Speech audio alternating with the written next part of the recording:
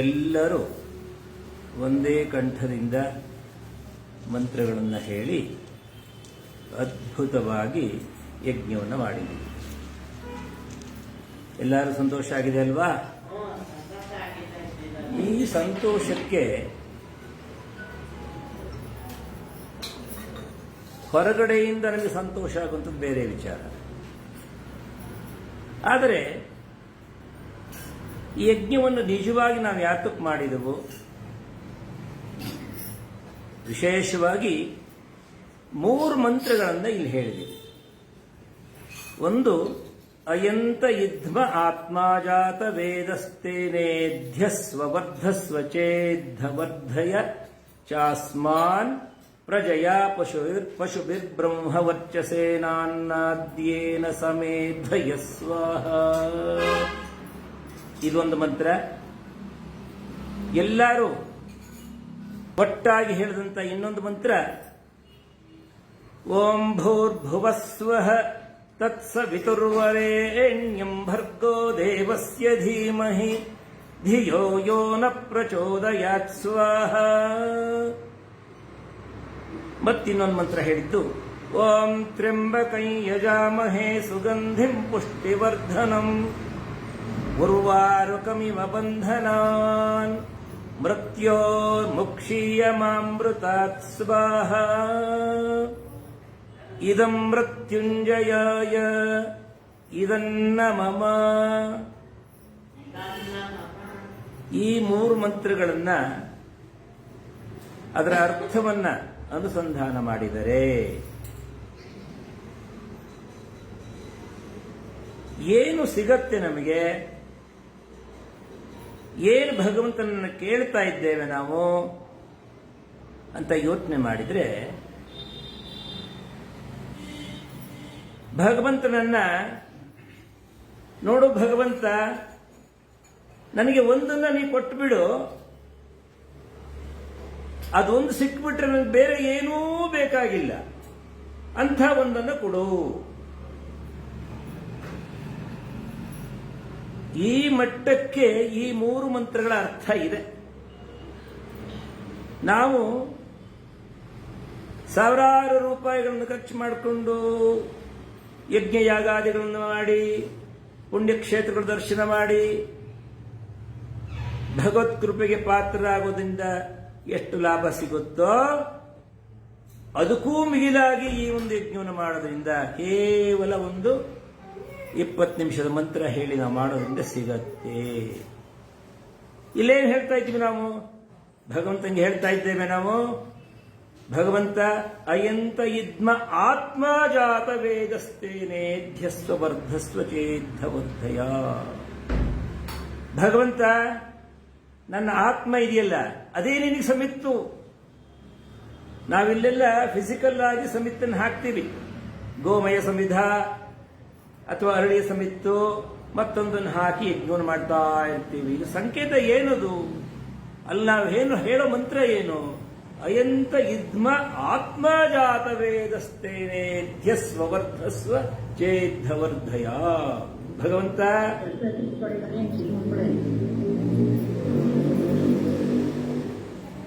ನೋಡಿ, ಯಾರು ಅನ್ಮ್ಯೂಟ್ ಮಾಡಬೇಡಿ.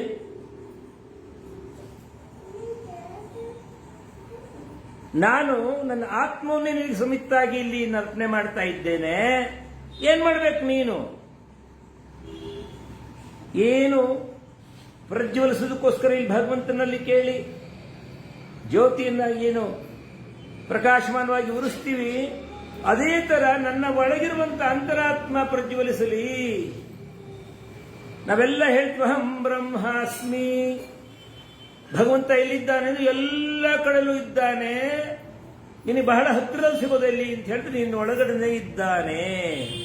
ಆ ಒಳಗಡೆ ಇರುವಂತ ಭಗವಂತನನ್ನ ನಾವು ಏಳಿಸುವಂಥ, ಜಾಗೃತ ಮಾಡುವಂಥ, ಅನುಭವಿಸುವಂಥ ಒಂದು ಸಂದರ್ಭ ಇದು.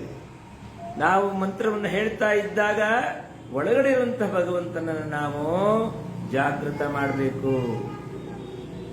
ಅಷ್ಟು ಸುಲಭ ಜಾಗೃತ ಮಾಡೋದು. ನಾವು 365 ದಿವಸ ಹೇಗೆಗೋ ಜೀವನ ಮಾಡಿ ಒಂದು ದಿವಸ ಅದರಲ್ಲಿ ಒಂದು ಅರ್ಧ ಗಂಟೆ ಯಜ್ಞವನ್ನು ಮಾಡಿದ್ರೆ ಜಾಗೃತ ಆಗ್ಬಿಡುತ್ತಾ? ಅದಕ್ಕೋಸ್ಕರ ನಿತ್ಯ ತಪಸ್ಸು ಮಾಡಬೇಕು. ಯಜ್ಞ ಮಾಡೋದು ಅಂತ ಹೇಳಿದ್ರೆ ಕೇವಲ ಒಂದು ಅರಳಿಕಡ್ಡಿ ಹಾಕಿದ್ವು, ತುಪ್ಪ ಹಾಕಿದ್ವು, ಪ್ರಜ್ವಲಿಸ್ಬಿಡ್ತು. ತುಂಬಾ ಚೆನ್ನಾಗಿ ಅನೇಕರ ಒಂದು ಭ್ರಮೆ ಇದೆ. ಆ ಒಂದು ಯಜ್ಞದಲ್ಲಿ ನನಗೆ ಶ್ರೀ ಹನುಮಂತ ಕಂಡ, ಆಂಜನೇಯ ಕಂಡ, ಲಕ್ಷ್ಮೀ ಕಂಡು, ಗಣೇಶ ಕಂಡ, ಎಲ್ಲ ಅವರ ಒಂದು ಒಳಗಡೆ ಭ್ರಮೆ, ಒಳಗಡೆ ಒಂದು ಆ ಮನಸ್ಸಲ್ಲಿ ಏನಂತೀವಿ ಅದು ಕಾಣುತ್ತೆ, ಪ್ರಶ್ನೆ ಇಲ್ಲ. ಅದೆಲ್ಲ ಕೂಡ ಭ್ರಮಾಲೋಕದಲ್ಲಿ ಭ್ರಮಿಸುವಂಥದ್ದು. ಆದ್ರೆ ಅವಳು ನಿಜವಾಗ ಆಗ್ಬೇಕಾಗಿರೋದೇನು? ಒಳಗಡೆ ಇರುವಂತ ಭಗವಂತನ ಜಾಗೃತ ಮಾಡಬೇಕಾದ್ರೆ, ಅದನ್ನ ನಾವು ಅನುಭವಿಸಬೇಕಾದ್ರೆ ನಿತ್ಯ ಜೀವನದಲ್ಲಿ ಅದನ್ನು ಅನುಷ್ಠಾನ ಮಾಡಬೇಕು.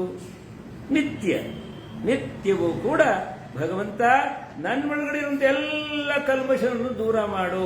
ಅದಕ್ಕೆ ನಾವು ಏನಂತ ಹೇಳ್ತೀವಿ? ವಿಶ್ವಾನಿ ದೇವ ಸವಿತರ್ ದುರಿತಾನಿ ಪರಾಸುವ ಯದ್ ಭದ್ರಂತನ್ನ ಆಸುವ. ನನ್ನೊಳಗಡೆ ಎಲ್ಲ ಕೆಟ್ಟದನ್ನು ಹೋಗಲಾಡಿಸು, ಯಾವುದು ಒಳ್ಳೆಯದು ಅದನ್ನು ಪ್ರತಿಷ್ಠಾಪನೆ ಮಾಡು. ಯಾಕೆ ಆ ಮಂತ್ರ ಮೊದಲು ಹೇಳ್ತೀವಿ ಅಂತ ಹೇಳಿದ್ರೆ, ನಾವು ಯಜ್ಞ ಮಾಡೋದಾಗ್ಲಿ, ಯೋಗ ಮಾಡೋದಾಗ್ಲಿ ನಮ್ಮನ್ನ ಶುಚಿಗೊಳಿಸ್ಕೋಸ್ಕರ. ನಮ್ಮೊಳಗಡೆ ಇರುವಂತ ಕಲ್ಮಶವನ್ನು ತುಂಬಿಕೊಂಡು ನಾನು ನಾನು ನಾನು ಅಂತ ಹಂಭಾವನೆ ಇಟ್ಕೊಂಡು ನಾನು ಏನೇ ಮಾಡಿದ್ರು ಕೂಡ ನನ್ನೊಳಗಿರುವಂತ ಭಗವಂತ ನನಗೆ ದರ್ಶನ ಆಗೋದಿಲ್ಲ, ಅನುಭವಕ್ಕೆ ಬರೋದಿಲ್ಲ. ಅದಕ್ಕೋಸ್ಕರ ಯಜ್ಞವನ್ನು ಮಾಡುವಂತ ನಾವೆಲ್ಲರೂ ಕೂಡ ನಿತ್ಯನೂ ಕೂಡ ನಾವು ಒಳಗಡೆ ಇರುವಂತಹ ಒಂದು ಕಲ್ಮಶಗಳೇನಿದೆ, ನಾನು ಅನ್ನುವಂತಹ ಅಹಂಭಾವ, ಮಾತ್ಸರ್ಯ, ಹೊಟ್ಟೆ ಕಿಚ್ಚು, ಮತ್ತೊಂದು ಅರಿಷಡ್ವರ್ಗಳು, ಏನು ಅರಿಷಡ್ ಕಾಮ, ಕ್ರೋಧ, ಲೋಭ, ಮೋಹ, ಮದ, ಮತ್ಸರ ಎಲ್ಲ ನಮ್ಮನ್ನು ಕಾಡ್ತಾ ಇರುತ್ತೆ. ಅನೇಕ ದುಷ್ಟ ಮೃಗಗಳು ನಮ್ಮ ಒಳಗಡೆ ತುಂಬಿಕೊಂಡಿದೆ. ಅದು ನಿತ್ಯ ಖಾಲಿ ಮಾಡಬೇಕಲ್ಲ. ಆ ಖಾಲಿ ಮಾಡಿ ಮಾಡಿ ಮಾಡಿ ಮಾಡಿ ಆಮೇಲೆ ಅಯಂತ ಯಜ್ಞ ಆತ್ಮ ಜಾತ ವೇದಸ್ತೇನೇಧ್ಯ ಸ್ವಚೇದ್ಧವರ್ಧಯ. ಒಳಗಡೆ ಇರುವಂತ ಆತ್ಮ ಪ್ರಜ್ವಲಿಸಬೇಕಾದ್ರೆ ನಮ್ಮ ತಯಾರಿ ಆಗಿರಬೇಕು. ಅದು ನಿತ್ಯ ಮಾಡೋದು ಯಜ್ಞ ಮಾಡುವಾಗ ನಾವು ಇದನ್ನ ಸ್ಮರಣೆ ಮಾಡಿದ್ವು ಅಂತ ಹೇಳಿದ್ರೆ ನಾವು ಶೌಚಿರ್ಭೂತರಾಗ್ತಾ ಇದ್ದೇವೆ, ಒಳಗಡೆ ಇರುವಂತ ಕಲ್ಮಶ ತೊಳೆದ್ರೆ ಆಗ್ತಾ ಇದ್ದೇವೆ ಅನ್ನೋದು ಅರ್ಥ. ಇನ್ನೊಂದು ಮಂತ್ರ ಏನ್ ಹೇಳಿದ್ರು? ಓಂ ಭೂರ್ಭುವಃ ತತ್ಸವಿತರ್ವರೆಣ್ಯಂ ಭರ್ಗೋ ದೇವಸ್ಯ ಧೀಮಹಿ ಧಿಯೋ ಯೋ ನ ಪ್ರಚೋದಯಾತ್. ಒಳಗಡೆ ಇರುವಂತ ಧೀಶಕ್ತಿಯನ್ನ ಪ್ರಚೋದಿಸು. ಭಗವಂತ ನಾವು ಕೇಳಿದ ತಕ್ಷಣ ಮಾಡಿಬಿಡೋದಿಲ್ಲ, ನಾವದು ತಯಾರಿ ಮಾಡಿಕೊಳ್ಬೇಕು, ಅದು ತಕ್ಷಣ ಅನುಷ್ಠಾನ ಮಾಡಬೇಕು. ಆಗ ಒಳಗಡೆ ಇರುವಂತ ಧೀಶಕ್ತಿ ಪ್ರಚೋದನೆ ಆಗುತ್ತೆ. ಅದು ಒಂದು ಒಳಗಡೆ ಇರುವಂತಹ ಧೀಶಕ್ತಿ ಪ್ರಚೋದನೆ ಆಗ್ಬಿಟ್ರೆ ಸಾಕು, ಭಗವಂತನ ಎಲ್ಲರೂ ಕಾಣಬಹುದು. ಅದಕ್ಕೆ ಬೇಕಾಗಿರುವಂತ ಮತ್ತೆ ಸಾಧನೆ ಸಾಧನೆ ಸಾಧನೆ. ಇನ್ನೊಂದು ಮಂತ್ರ ಏನ್ ಹೇಳಿದ್ರು ನಾವು? ತ್ರ್ಯಂಬಕಂ ಯಜಾಮಹೇ ಸುಗಂಧಿಂ ಪುಷ್ಟಿವರ್ಧನಂ ಉರ್ವಾರಕಮಿವ ಬಂಧನಾನ್ ಮೃತ್ಯೋರ್ಮುಕ್ಷೀಮಾಮೃತಾತ್. ಒಂದು ಸೌತೆಕಾಯಿ ಅಥವಾ ಇನ್ನೊಂದು ಯಾವುದೋ ಹಣ್ಣು, ಇದು ಸಹಜವಾಗಿ ಹೀಚಿದ್ದು ದಪ್ಪನಾಗಿ ಬಲ್ತು ಹಣ್ಣಾಗಿದ ಮೇಲೆ ಏನಾಗುತ್ತದು? ತೊಟ್ಟು ತಾನಾಗಿ ಬಿಡಿಸ್ಕೊಂಡು ಬಂದು ಬಿಡುತ್ತೆ. ಎಲ್ಲಿಂದ? ಆ ಬಳ್ಳಿಯಿಂದ ಆ ಒಂದು ಹಣ್ಣು ಬೇರೆ ಆಗುತ್ತೆ. ನಮ್ಮ ಸಂಸಾರ ಬಂಧನ ಈ ರೀತಿ ಕಮ್ಮಿ ಆಗಬೇಕು, ನಾವು ಅದರಿಂದ ಮುಕ್ತಿ ಆಗಬೇಕು. ಮುಕ್ತಿ ಅಂತಂದ್ರೆ ಅನೇಕರಿಗೇನು, ನಾವು ನಮ್ಮ ಪ್ರಾಣ ಹೋದ್ಮೇಲೆ ಅದು ಮುಕ್ತಿ ಅಲ್ಲ. ನಾವು ಸಂಸಾರದಲ್ಲಿ ಬದುಕಿರುವಾಗಲೇ ಕೆಲವು ವಿಚಾರಗಳಿಂದ ಮುಕ್ತಿಯನ್ನು ಪಡೆಯಬೇಕು. ಎಲ್ಲ ನಮ್ಗೇನು ನಾನು ನಾನು ನಂದು ನಂದು ನಂದು ನಂದು ಎಷ್ಟು ಗಂಟೆ ಹಾಕೊಂಡಿದೀವಿ ನಾವು.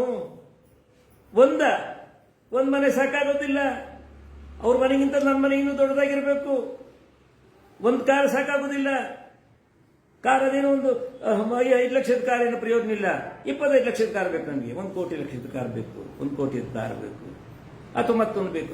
ಇವೆಲ್ಲದನ್ನು ಕೂಡ ನಮಗೆ ಆತ್ಮಸಂತೋಷವನ್ನು ಕೊಡುತ್ತಾ ಯೋಚನೆ ಮಾಡಿ, ಒಮ್ಮೆ ಯೋಚನೆ ಮಾಡಬೇಕು.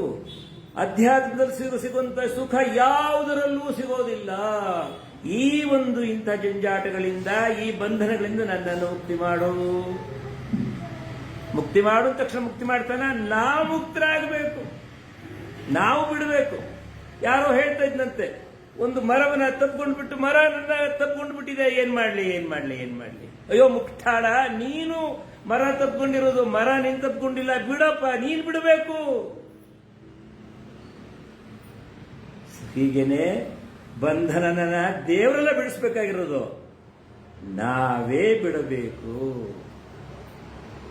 ನಾವು ಯಜ್ಞ ಮಾಡಲಿ, ಯೋಗ ಮಾಡಲಿ, ದೇವಸ್ಥಾನಕ್ಕೆ ಹೋಗಲಿ, ಏನೇ ಮಾಡಿದರೂ ಕೂಡ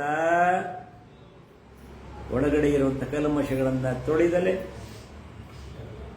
ನಾನು ನಾನು ಎಂಬ ಅಹಂಕಾರವನ್ನು ಬಿಡದಲೇನೆ ನಮಗೆ ನಮ್ಮೊಳಗೆಯ ಭಗವಂತನ ದರ್ಶನ ಆಗೋದಿಲ್ಲ.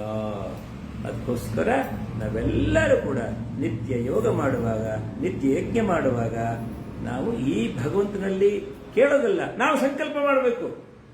ಪೂಜಾ ವೈ ಸಂಕಲ್ಪ ಅಂತ ಹೇಳಿ ಯಜ್ಞ ಮಾಡೋದಾಗ್ಲಿ, ಪೂಜೆ ಮಾಡೋದಾಗ್ಲಿ ನಾವು ಸಂಕಲ್ಪ ಮಾಡಬೇಕು. ನನ್ನ ಒಳಗಡೆ ಇರೋದು ಈ ಭ್ರಮೆಗಳನ್ನೆಲ್ಲ ತಿರುಗಿಸು, ಈ ಒಂದು ಕಲ್ಮಶವನ್ನು ತೊಡೆದು ಹಾಕು ಅಂತ ಮಾಡುವುದು ನಾನು ಬಿಡ್ತೀನಿ ಅಂತ. ಭಗವಂತ ಬಿಡಿಸ್ಬಿಡೋದಿಲ್ಲ, ನಾನು ಬಿಡ್ತೀನಿ. ಇವಾಗ ಕೂತ್ಕೊಂಡು ಪೂಜೆ ಮಾಡ್ತಾ ಇದ್ದೀನಲ್ಲ, ನಾನು ಈ ಕೊಳೆಗಳನ್ನು ತೊಳ್ಕೋತೀನಿ. ಈ ರೀತಿ ಸಂಕಲ್ಪವನ್ನು ಮಾಡಿದರೆ ನಮ್ಮ ಜೀವನದಲ್ಲಿ ಏನಾರು ಒಂದಷ್ಟು ಸಾಧನೆ ಆಗುತ್ತೆ. ಎಲ್ಲ ಹೇಳ್ತಾರೆ, ಕಣ್ಣು ಮುಚ್ಚಿ ಕೂತ್ಕೊಂಡು ಬಿಡಿ, ಧ್ಯಾನದಲ್ಲಿ ಒಂದು ಸ್ವಲ್ಪ ಹೊತ್ತು ಧ್ಯಾನ ಮಾಡ್ತಾ ಮಾಡ್ತಾ ಸಮಾಧಿಯ ಸ್ಥಿತಿಗೆ ಹೋಗ್ತೀವಿ. ಅಷ್ಟು ಸುಲಭನೇನ್ರಿ ಸಮಾಧಿ ಇದ್ರೆ?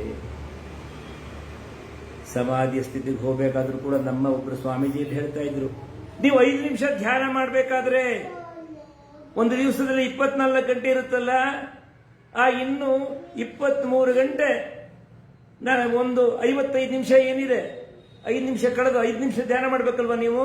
23 ಗಂಟೆ 55 ನಿಮಿಷಗಳು ನಿಮ್ಮ ಜೀವನ ಹೇಗೆ ನಡೆಯಿತು ಅದ್ರ ಮೇಲೆ ನಿಂತಿದೆಯಪ್ಪ ನಿಮ್ಮ ಧ್ಯಾನದ ಸ್ಥಿತಿ. ಅಷ್ಟು ಪರಿಶುದ್ಧವಾದ ನಾವು ಮಾತ್ರ ಜೀವನದಲ್ಲಿ ಯೋಗವನ್ನ, ಯಜ್ಞವನ್ನ ಅಳವಡಿಸಿಕೊಂಡರೆ, ಅನುಷ್ಠಾನದಲ್ಲಿ ತಂದರೆ ನಮ್ಮ ಜೀವನ ಯಜ್ಞಮಯ ಜೀವನವಾದಾಗ ಮಾತ್ರ ಆ ಒಂದು ಸಮಾಧಿಯ ಸ್ಥಿತಿಗೆ ಹೋಗಬಹುದೇನೋ. ಸುಮ್ಮನೆ ಎಲ್ಲ ಕಾಟಾಚಾರ ಬೂಟಾಟಿಕೆಗಳಲ್ಲಿ ನಾನು ಮಾಡಿದೆ, ನಾನು ಯೋಗಿ, ಹೆಂಗ್ರಿ ಯೋಗಿ? ಯೋಗಿದ್ರೆ ಅಷ್ಟಾಂಗ ಯೋಗದ ಪರಿಚಯವೇ ಇರಲ್ಲ, ಯಮನಿಗಳು ಗೊತ್ತಿಲ್ಲ, ಎಲ್ಲ ಒಂದು ಗಟ್ಟಾಕೊಂಡು ನಾನು ಯೋಗಿ ಅಲ್ಲ. ನಾವಿನ್ನೂ ಕೂಡ ಒಂದು ರೀತಿ ರಾಕ್ಷಸತ್ವದಿಂದ ಮನುಷ್ಯತ್ವಕ್ಕೆ ಇನ್ನೂ ಬಂದೇ ಇಲ್ಲ. ಯಾಕಂದ್ರೆ ಅನೇಕ ದುಷ್ಟ ಮೃಗಗಳು ನಮ್ಮ ಒಳಗಡೆ ಸೇರ್ಕೊಂಡಿದ್ದಲ್ಲ, ಅದನ್ನೆಲ್ಲ ತೊಳೆದು ತೊಳೆದು ತೊಳೆದು ಮನುಷ್ಯರಾಗಬೇಕು.